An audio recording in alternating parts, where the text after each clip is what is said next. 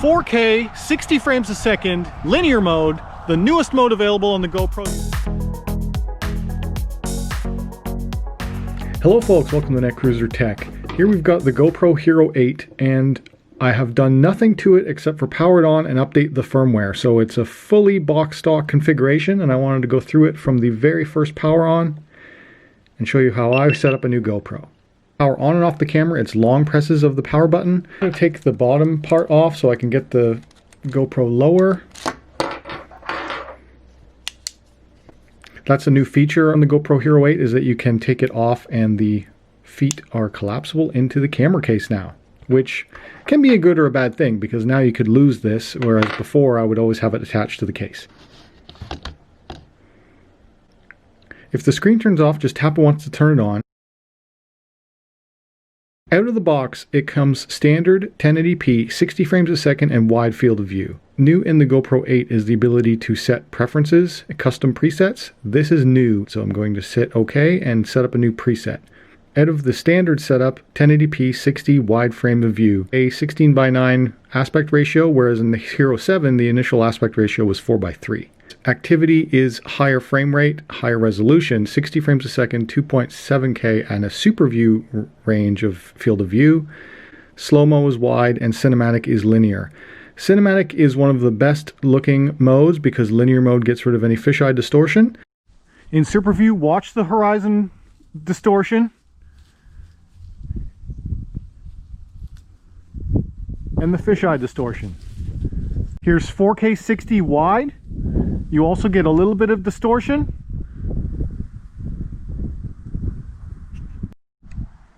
Okay, this is 4K 60 linear.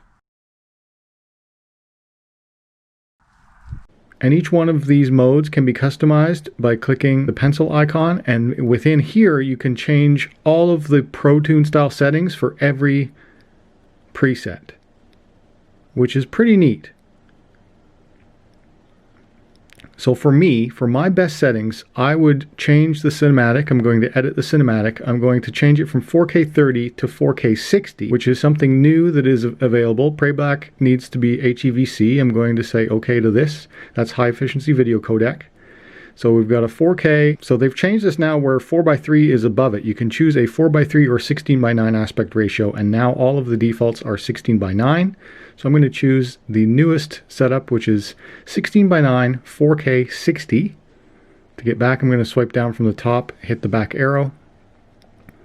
Lens is linear. This is the newest ability, is to have 4K 60 with a linear mode. That's brand new in the new firmware 1.50. So if you do not have this ability to run 4K 60 linear, you have to update your firmware.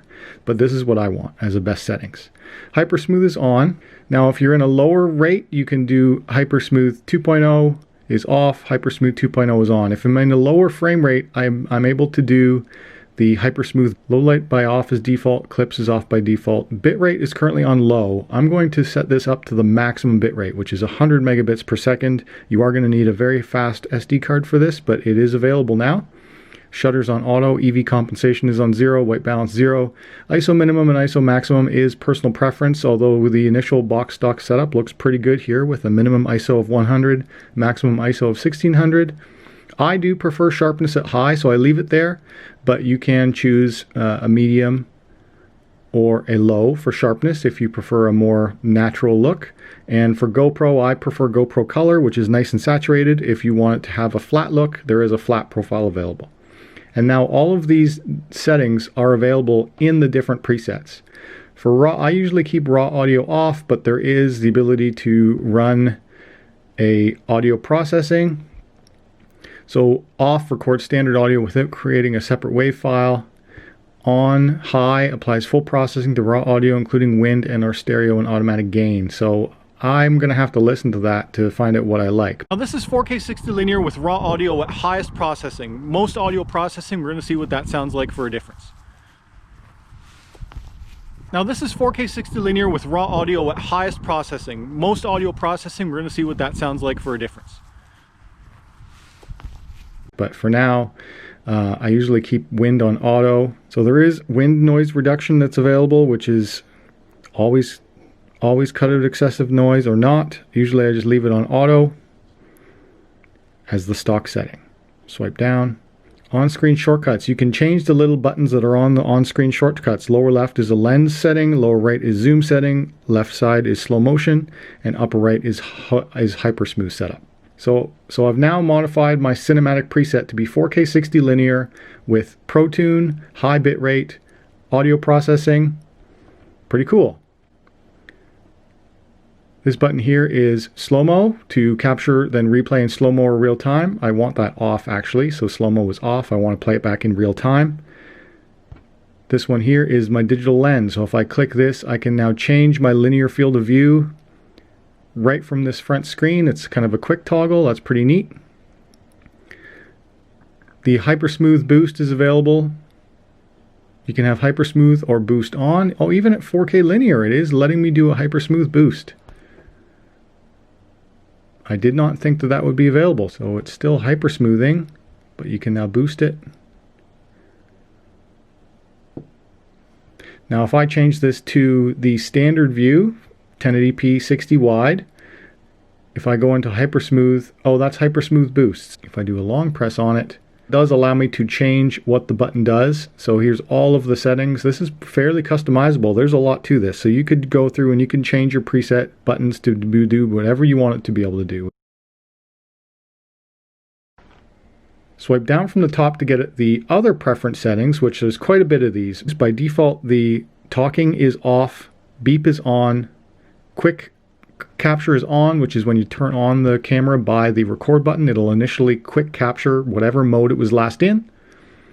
This here is your grid mode, so if you want to have a grid set up on your screen, you can have that. And this one is new, orientation lock, which would stop it from auto-rotating the display when you change orientation. Click into preferences to get into more of the GPS and camera style connection settings. So under connections is where you manage your Wi-Fi and your Bluetooth and camera information, as well as where you can clear your Wi-Fi if you need to. In general is where you can set your beep volume. I usually always prefer to have beep volume on low or muted. I just find it's really loud when it's on high by default. Quick capture is on by default. That is the bunny. Default preset is your last used mode. So with quick capture on, default preset of whatever you quick capture will be the last used mode. So just be aware of that. Always remember that. Auto power off in 15 minutes. All LEDs are on. Anti-flicker is at 60 Hertz. Video compression by default is set for H.264 and HEVC, which is the compatibility mode and the high efficiency mode. Only select the fully high efficiency mode if you have a very fast computer that can manage dealing with it, because it is a fairly heavy duty. It is a hard format to play back, and then you have your date and your time settings. Under voice control is where you can turn it on or off, and there is an initial wake on voice option. If you turn on voice control and wake on voice, it will drain the battery faster. And there is a whole slew of commands that you can have here. Here's all of the commands that you can say.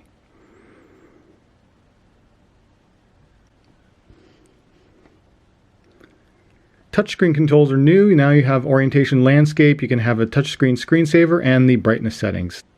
Under regional is where you can set your GPS information. By default, GPS is on. I usually turn this off until I need it, and I do wish that there was a quick toggle for that. There might be in the settings, I'll have to go check, but usually I turn GPS off until I need it because it does drain battery significantly.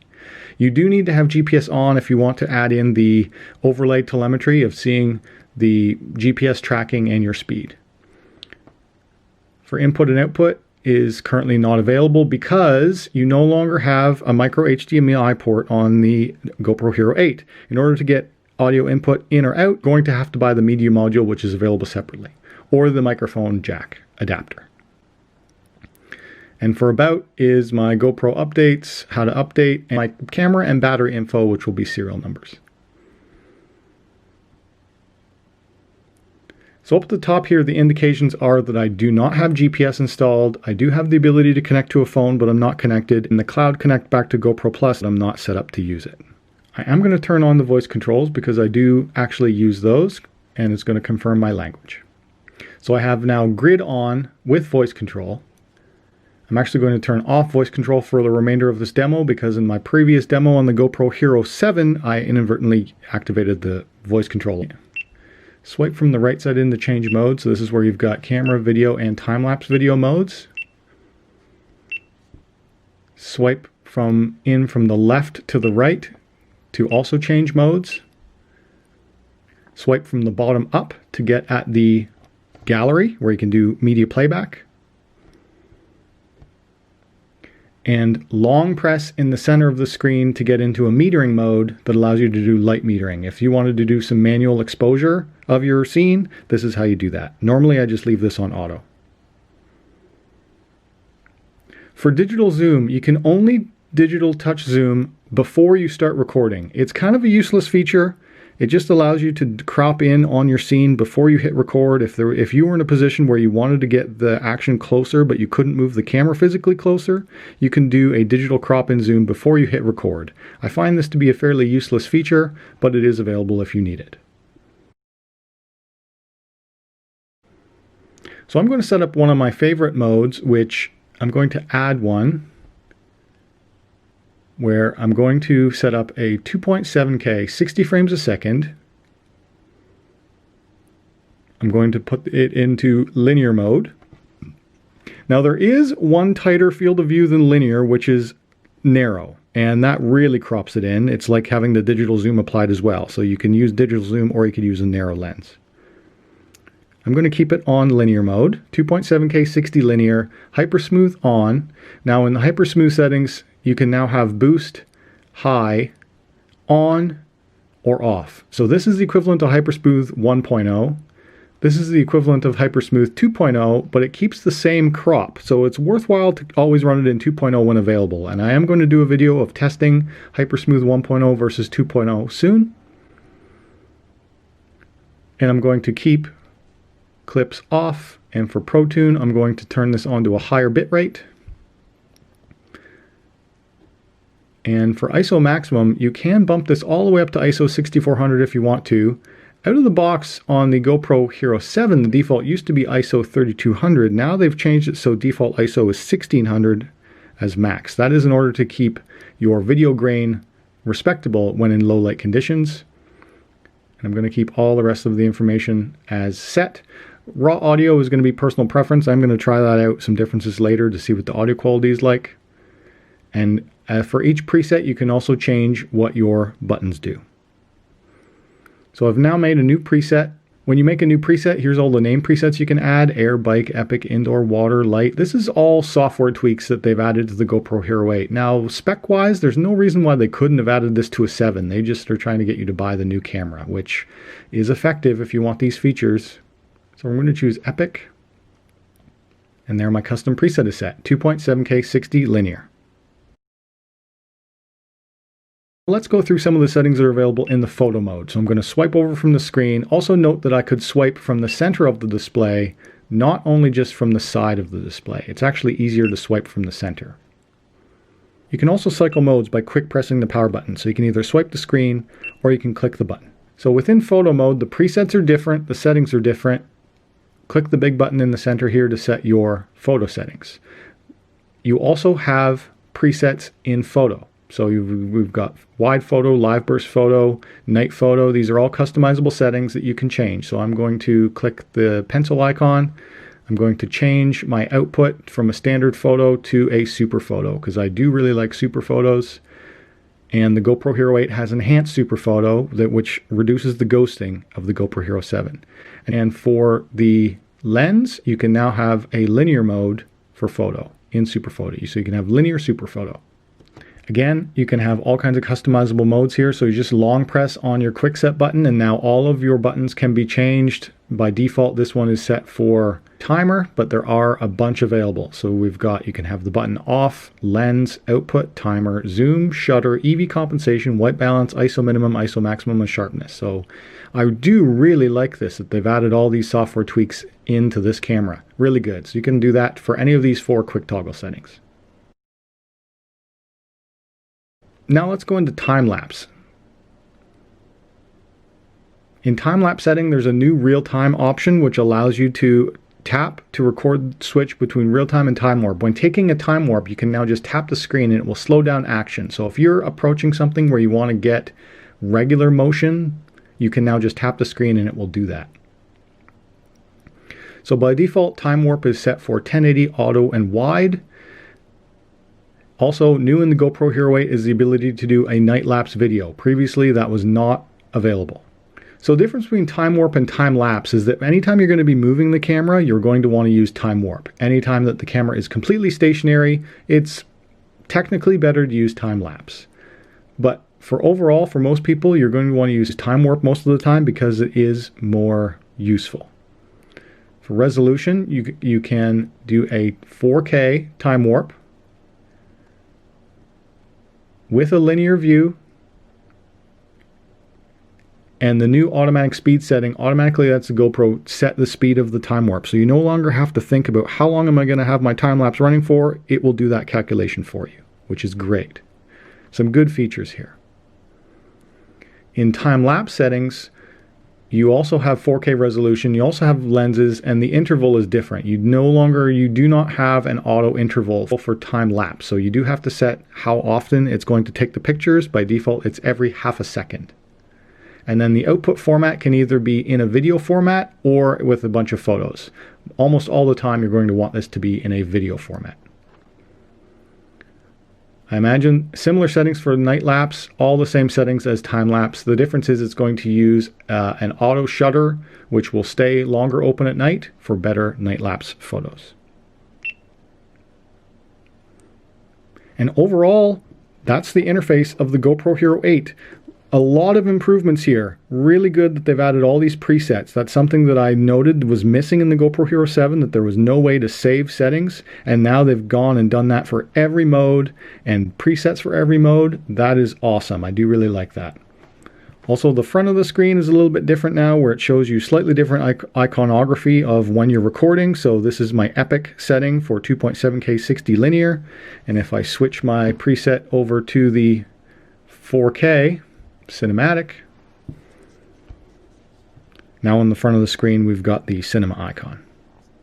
You also now get a battery indicator and a time left on recording, so I'm going to hit record and it will start the countdown timer. Shows me battery status, that it's recording. We've got the light. This is all good stuff.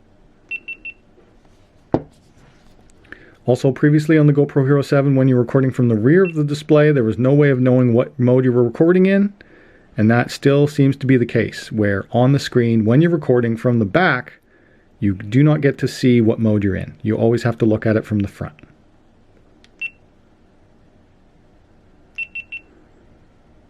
Okay guys, so that's my GoPro Hero 8 tutorial video. If you enjoyed this video, hit that like button. If you're new around here, subscribe. If you want to talk to me, leave a comment down below. And as always, thanks for watching. Quick capture modes of the record button on the top. Always remember that it is going to record what your last used mode was. So you do have to remember that if using quick capture.